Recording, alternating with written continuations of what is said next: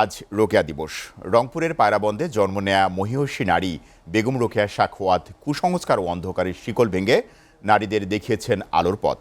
তার দেখানো সেই পথেই আজ নারীদের অংশগ্রহণ সর্বক্ষেত্রেই। অথচ নারী জাগরণের অন্যতম পথিকৃত মহিষী এই নারীর পৈতৃক ভিটাটি পড়ে আছে অযত্ন অবহেলায়।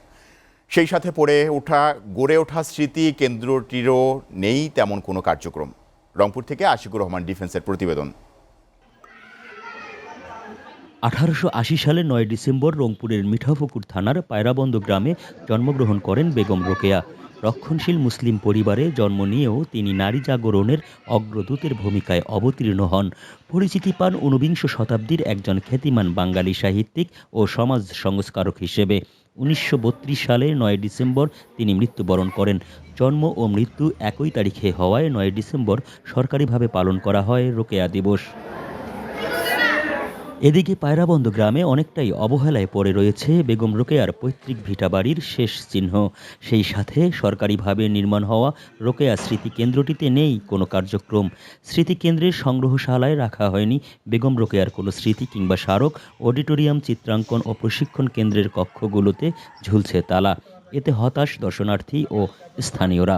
বেগম রোকেয়া ছিল বলে আজ আমরা নারীরা সর্বক্ষেত্রে। তবে দুঃখের বিষয় হচ্ছে যে বেগম রোকেয়ার জন্মভিটা এখনো অবহেলিত এবং অযত্নে পড়ে আছে। অনেক অযত্নে আছে এই স্মৃতিকেন্দ্র। আমি এখানে বেগম রোকেয়ার স্মৃতিকেন্দ্র দেখতে আসছি। এখানে এসে দেখি সংগ্রহশালা, কিন্তু এই সংগ্রহশালায় কোনো কিছুই নেই, একদম ফাঁকা। বাংলা একাডেমি তার নামের প্রতি অবিচার করছে। রোকেয়া স্মৃতি কেন্দ্রের সংস্কার ও আধুনিকায়নের একটি প্রকল্প মন্ত্রণালয় থেকে নেওয়া হয়েছে বলে জানালেন এই কর্মকর্তা।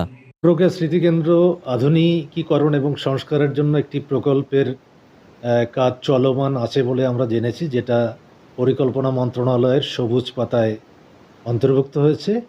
এই প্রকল্পটি যদি চালু হয় তাহলে কিন্তু এই বেগম রোকেয়া স্মৃতিকেন্দ্র তথা পায়রাবন্দের চেহারাই পাল্টে যাবে। সঠিক পরিকল্পনা আর উদ্যোগ নিলে রংপুর অঞ্চলের পিছিয়ে পড়া নারীদের এগিয়ে নিতে মুখ্য ভূমিকা রাখতে পারে এই স্মৃতিকেন্দ্রটি।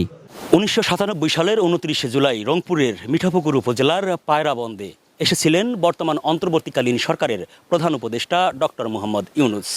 তিনি বেগম রোকেয়া সাখাওয়াতের এই ভিটায় নিজ হাতে রোপণ করেছিলেন আম্রপল্লীর এই গাছটি।